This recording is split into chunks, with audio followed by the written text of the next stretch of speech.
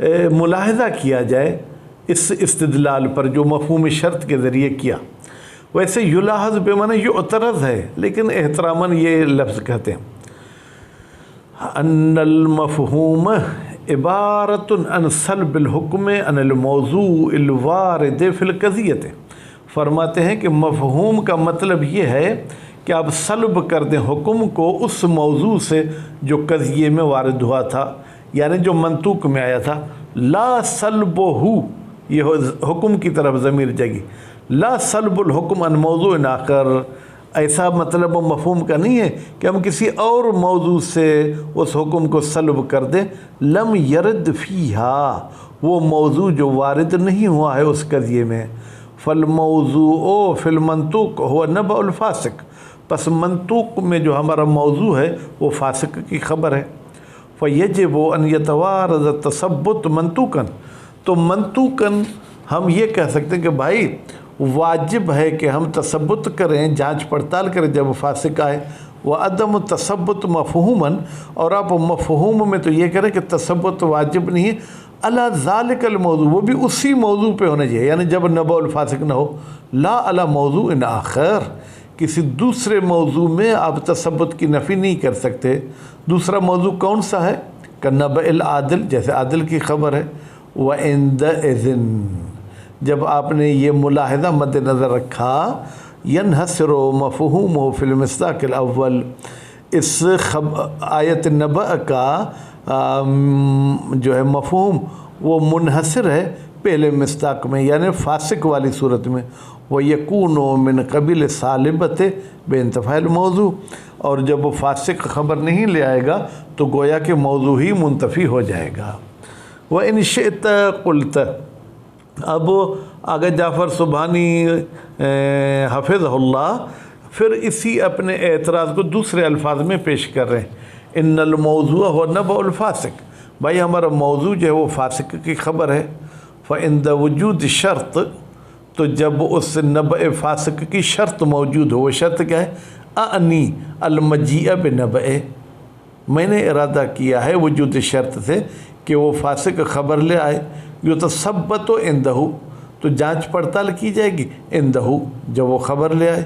وعند عدم المجیء بہ، لیکن جب وہ فاسق خبر نہیں لے آتا، لا یتثبت، تو پھر کوئی جانچ پڑتال نہیں ہوگی. کیوں؟ لعدم الموضوع، اس لیے کہ نبأ الفاسق ہے ہی نہیں. فخبر العادل، تو عادل کی خبر لم یکن مذکورا فی المنطوق، وہ منطوق میں ذکر ہی نہیں ہوئی ہے. حتیٰ یحکم علیہ، یہاں تک کہ آپ حکم لگائیں اس خبر عادل پر بشیء، مثلا تبین یا عدم تبین کا مفہوم ہے. الثانی، دوسرا طریقہ استدلال کا اس آیت سے، الاستدلال بمفہوم الوصف، مفہوم وصف کے ذریعے استدلال کریں گے اور حجیت خبر واحد کو ثابت کرنا چاہتے ہیں. وطریقۃ الاستدلال بہ واضحۃ، اور استدلال کا طریقہ اس مفہوم وصف کے ذریعے واضح ہے. کیوں؟ لأنہ سبحانہ، اس لیے کہ اللہ تعالیٰ نے علق، معلق کر دیا ہے وجوب تبین علی کون المخبر فاسقا، کہ بھائی اس وقت تبین واجب ہوگا جب وہ مخبر کی صفت کیا ہو کہ وہ فاسق ہو. وہو یدل، اور یہ جو مفہوم وصف دلالت کرتا ہے علی عدم وجوب تبین فی خبر العادل، کہ عادل کی خبر میں جانچ پڑتال کرنا ضروری نہیں ہے. جیسے اور مثال مفہوم وصف کی، فی الغنم الصائمۃ زکوٰۃ، بھائی وہ بھیڑ، بکری بھی لے سکتے ہیں لیکن وہ بھیڑ جو آزاد چرتی ہے، مالک کا گھاس نہیں چرتی بلکہ مفت کا گھاس جا کے چرتی ہے بیابانوں میں، الدال یہ دلالت کرتا ہے علی عدم الزکوٰۃ فی المعلوفہ، کہ معلوفہ میں زکوٰۃ واجب نہیں ہے. وَإِذَا لَمْ يَجِبْ تَثَبُّتْ عِنْدَ إِخْبَارِ الْعَادِلِ، اور جب عادل کی خبر کا تثبت اور جانچ پڑتال واجب نہیں ہے، فَإِمَّا أَنْ يَجِبَ الْقَبُولِ، تو بھائی دو صورتیں ہوں گی، یا تو ضروری ہے کہ آپ عادل کی بات مانیں، وَهُوَ الْمَطْلُوب، ہم بھی یہی کہتے ہیں کہ عادل کی خبر حجت ہے. اب رد یا کہیں گے کہ ہم عادل کی خبر نہیں مانیں گے. فَيَلْزَمُ، پھر لازم آتا ہے، أَنْ يَكُونَ خبر العادل، کہ عادل صاحب کی خبر